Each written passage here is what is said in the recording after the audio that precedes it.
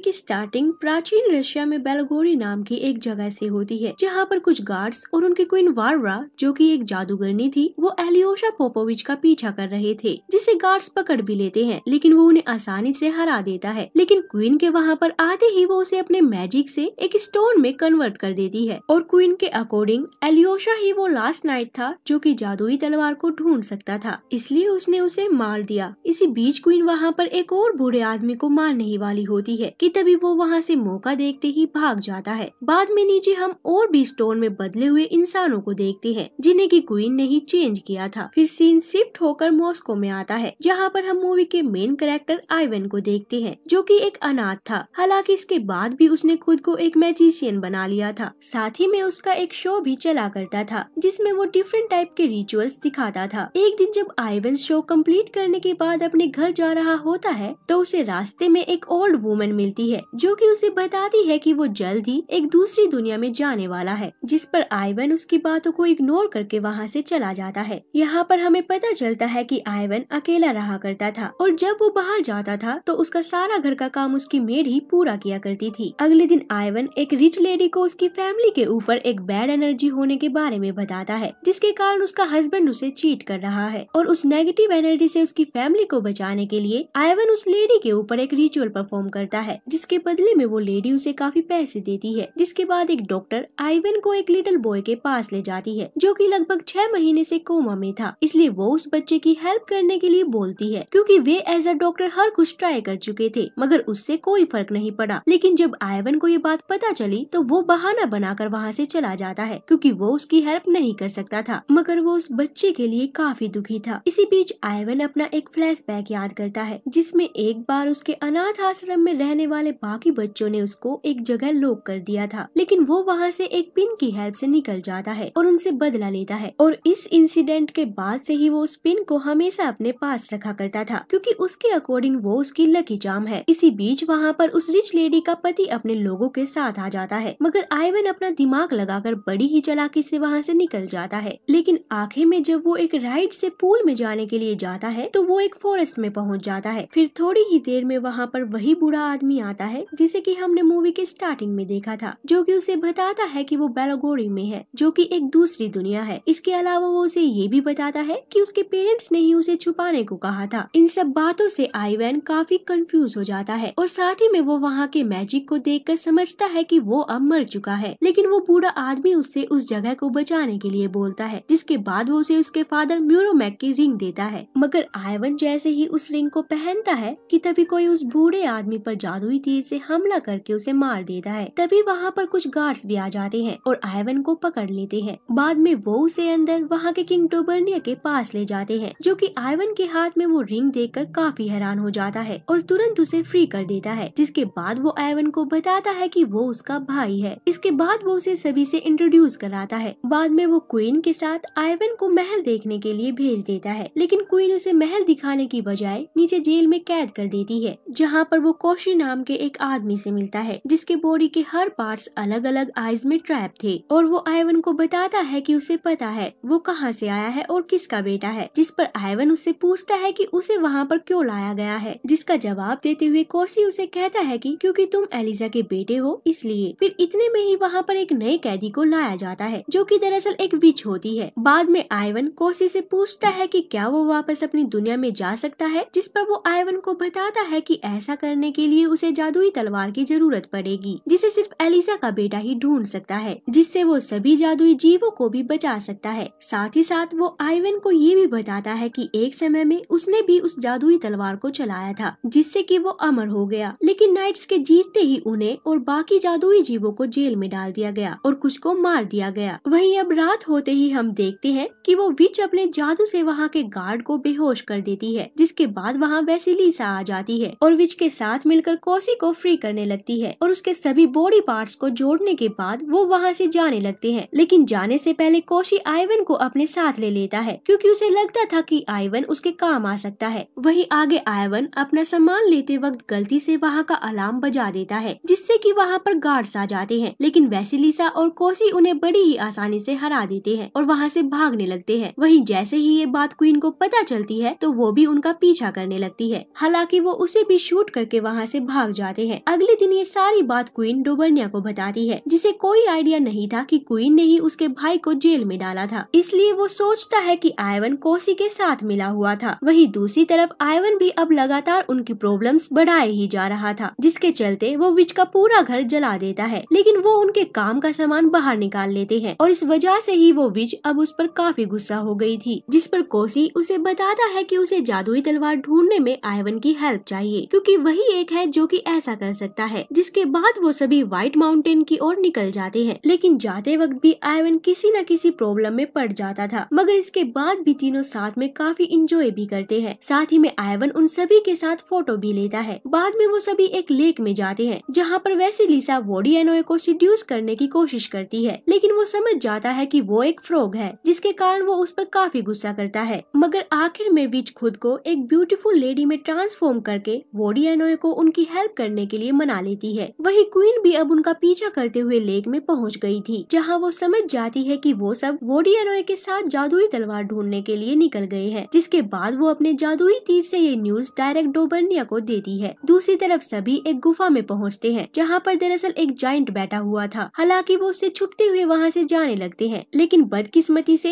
N मौके पर Ivan का फोन रिंग करने लगता है, जिसकी वजह से वो जायंट अब उन पर अटैक करने लगा था। मगर वे सब उससे बचकर सही सलामत छुप जाते हैं। आखिर में वैसिलिसा उससे उनकी हेल्प करने के लिए बोलती है, क्योंकि वो दरअसल एक नाइट है। जिसके बाद वो आगे जाता है, लेकिन जैसे ही उसे पता चलता है कि वो जायंट एक लेडी है, तो वो अपने सॉन्ग से उसे इम्प्रेस करने लगता है, जिससे कि सभी को वहाँ से निकलने का टाइम मिल जाता है। आगे सभी रिवर ऑफ डेथ में पहुँचते हैं, जहाँ पर वो वोडी एनोए को रिवर में वहाँ की मछलियों को कंट्रोल करने के लिए भेज देते हैं, ताकि वो इजिली उसे क्रॉस कर सके। लेकिन वोडी एनोए वहाँ की मछलियों से डरकर वहाँ से चला जाता है, जिसके बाद कोसी की वैसिलिसा और विच के साथ बहस हो जाती है, जिसके कारण आखिर में वैसिलिसा वहाँ से चली जाती है। उसके वहाँ से जाते ही कोसी आइवन को उसकी बैक स्टोरी बताता है कि उसके विलेज से गुजरते हुए डोबर्निया को वो पसंद आ गई थी, लेकिन क्वीन वार्वरा इससे काफी जेलस हो गई थी। इसलिए उसने वैसिलिसा से रिवेंज लेने के लिए उसके सभी फैमिली मेंबर्स को फ्रॉग में चेंज कर दिया था। मगर बाद में विच ने क्वीन के श्राप को रिवर्स करके उन्हें फिर से इंसान बना दिया, जिसके बाद आइवन तुरंत उसे कंफर्ट देने के लिए चला जाता है। आखिर में वो उसे एक रैबिट देता है, जिसे कि वो तुरंत ही नीचे फेंक देती है। लेकिन तभी हम देखते हैं कि वो रैबिट क्वीन में ट्रांसफॉर्म हो जाता है। साथ ही साथ उन्हें चारों तरफ से गार्ड्स भी घेर लेते हैं, जिसके कारण आखिर में वो सब एक कुएं में कूद जाते हैं और एंट्रेंस को ब्लॉक कर देते हैं। थोड़ी ही देर में वहाँ पर वोडी एनोए भी आ जाता है और वो विच को देखकर काफी गुस्सा हो जाता है, क्योंकि उसने उसे धोखा दिया था। लेकिन इसके बाद भी वो उनकी वहाँ से निकलने में हेल्प करता है और खुद पीछे ही रुक जाता है, जिसके कारण वो क्वीन के हाथों मारा गया। वहीं दूसरी तरफ सभी सेफली बाहर निकल जाते हैं और आगे का सफर जारी रखते हैं। हालांकि इन सब के बावजूद आइवन अभी भी अपनी दुनिया में वापस जाना चाहता था, जिससे कि वैसिलिसा खुश नहीं थी, क्योंकि वो उसे लाइक करने लगी थी। फिर कुछ देर बाद वे सोने चले जाते हैं, मगर अगले दिन जब वो उठते हैं तो वहाँ पर क्वीन अपने गार्ड्स के साथ उन्हें पकड़ लेती है। लेकिन वैसिलिसा क्वीन का मुकाबला करती है, जिसके दौरान आखिर में वो क्लिफ से नीचे गिर जाती है, मगर वो खुद को